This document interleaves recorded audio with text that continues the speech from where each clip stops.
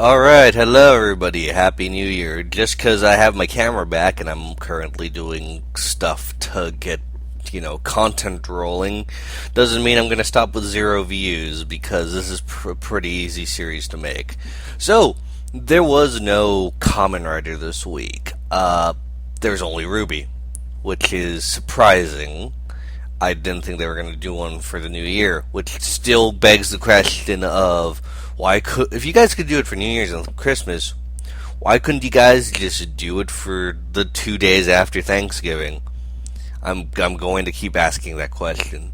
Anyway, so not much else to say with with RWBY. How'd I put this? It was a long episode. The 20 minutes, I think that's the longest we've had so far. But it's basically exposition. Crow's basically told everyone about the maidens. John is pretty upset because he realizes that they tried to force, Pier into becoming one. But Crow saw she made that choice herself. And I think John actually starts to realize that conversation he had with Pyrrha actually was what made her realize that she had to do it or whatever. The topics dropped, and RWBY, she asked Crow why, Tyrion was after her, and why, why it was, connected to the attack on Beacon and everything else. And Crow diverts this by talking about one of Remnant's very old religions. So apparently there is one true religion, and it's basically a story about two brothers. The older sibling creates life. The younger sibling creates he creates destruction to destroy whatever the brother did. Basically, a balance. The younger brother, his actions weren't too bad, but he eventually created the creatures of Grimm because he decided, no, I shall take precedence.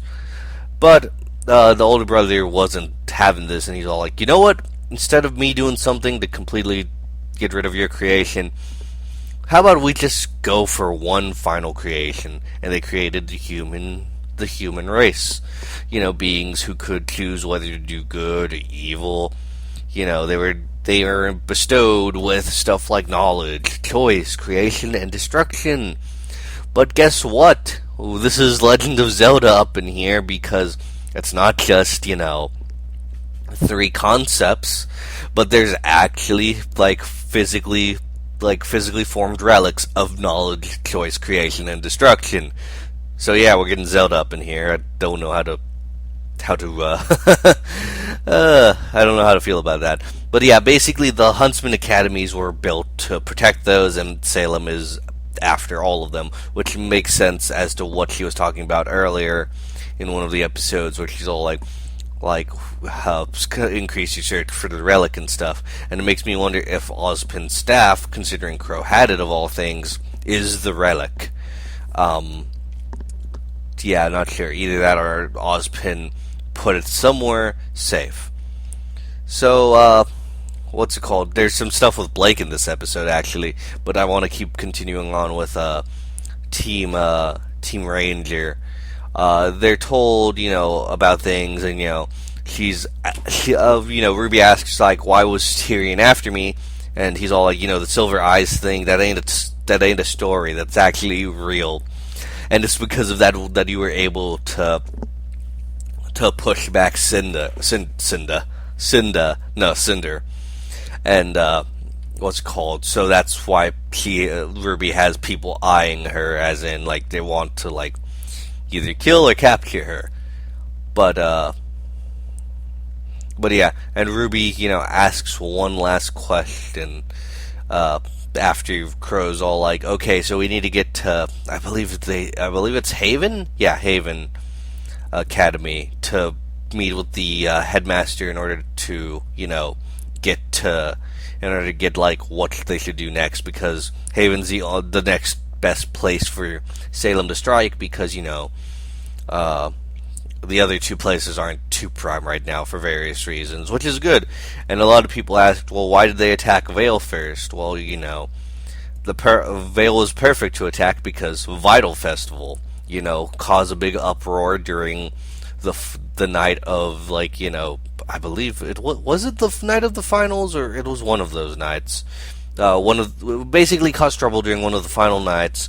Get this big international incident, divide the kingdoms, and then cut off the things. It wouldn't have worked well with any other kingdom except for Vale, so that makes sense.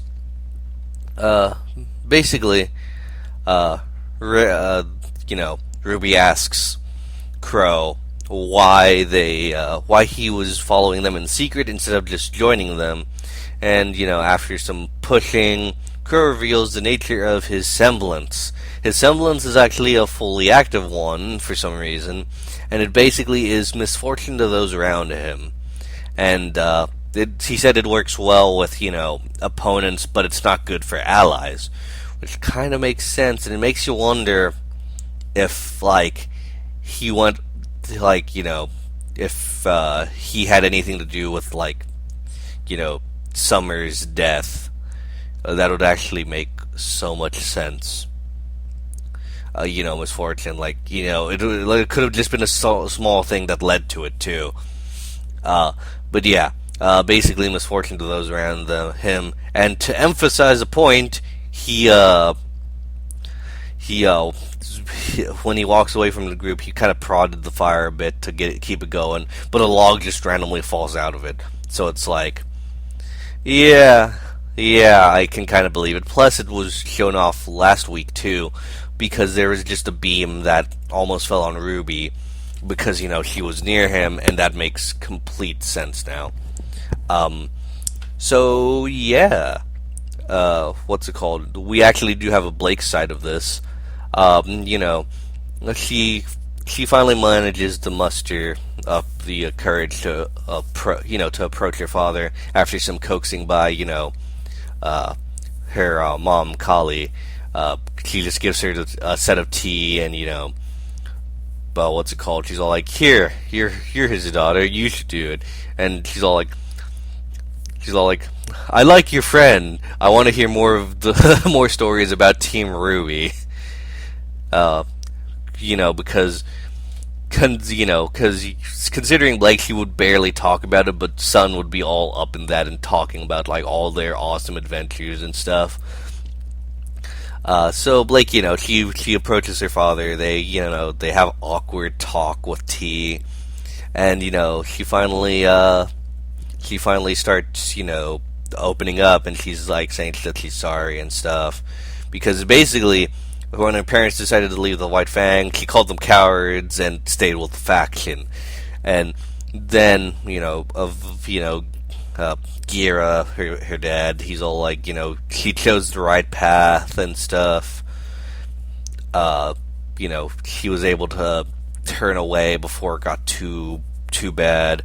And then he asks why she left her team behind.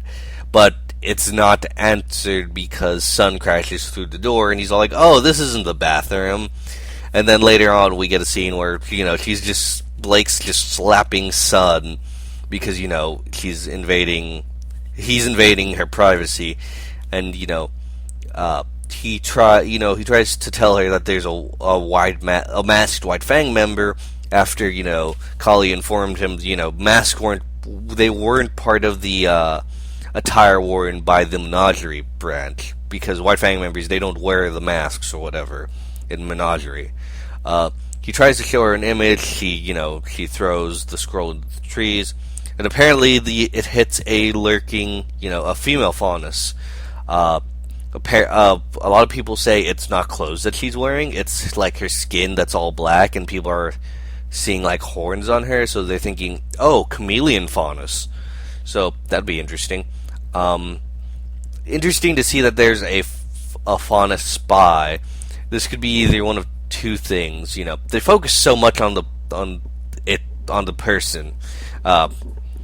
Either she is this Ilya we've heard about, because why would you name drop someone and not show them this volume? I mean, I guess you could not show them this volume. I'm curious if we're gonna get to see Sierra Khan this volume. But yeah, it could be Ilya, and she could be either loyal to Adam and leading Blake to Adam, who's probably already on Menagerie.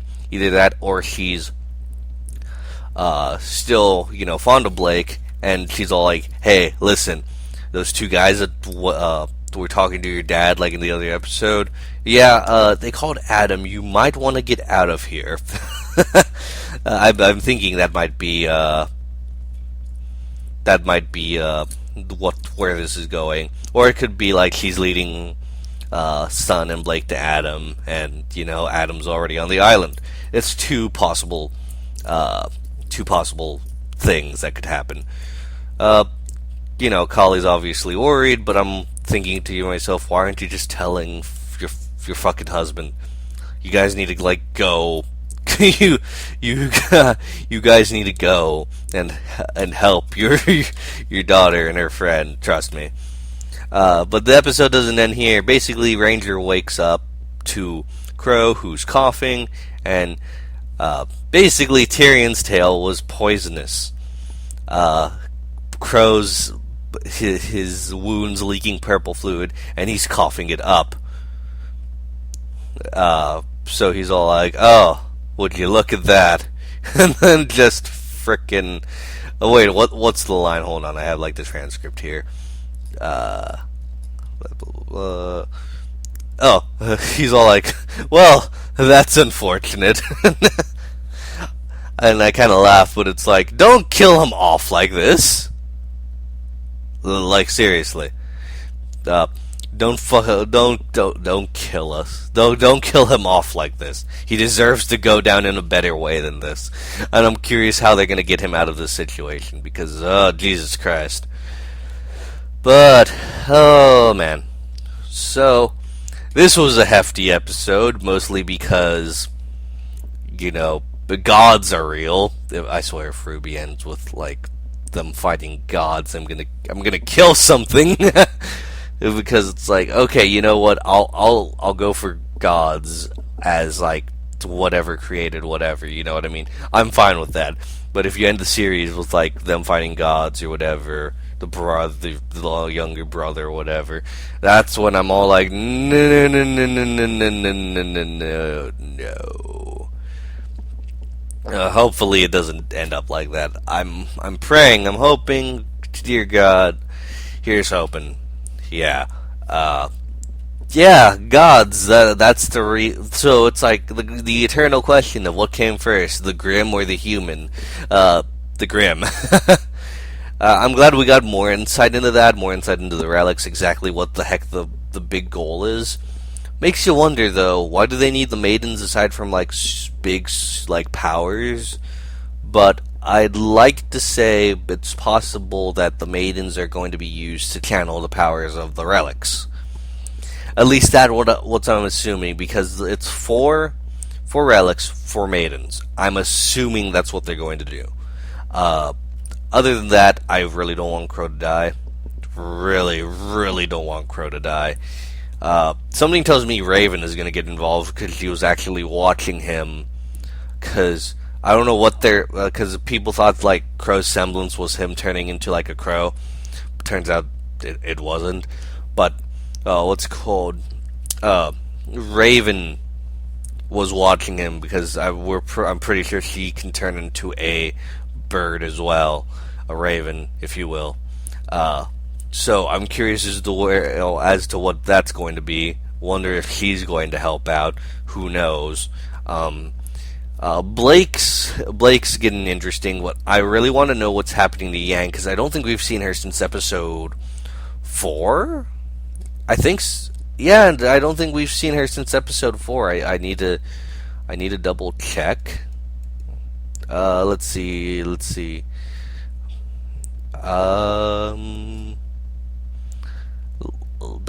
Double check. Yeah, episode 4. It's been 4 episodes since her episodes, so I really would love to see her get the focus. her and Blake get the focus, and like, we have a little bit of Ranger mixed in between. At least I hope they do that, because like seriously, Yang needs the most focus right now, because Weiss has gotten her focus after being absent for a while too. So here's hoping. Other than that, not sure what else to say on this episode, and this is probably going to be pretty short because I actually have no other news to talk about, because there's nothing Kamen Rider related happening. Alright, so, I'm Zero. I'll be seeing you guys next time, for more Zero views. Yeah, this was a bit of a short episode, if only because, RWBY. I can only talk so much about RWBY. I mean, this episode's kind of got me, It's your exposition plot dump episode where they basically lay out what's supposed to happen. Though I'm surprised they're being this open with the villain's plans, but something tells me something is not, as it seems. So yeah, I'll be seeing you guys next time.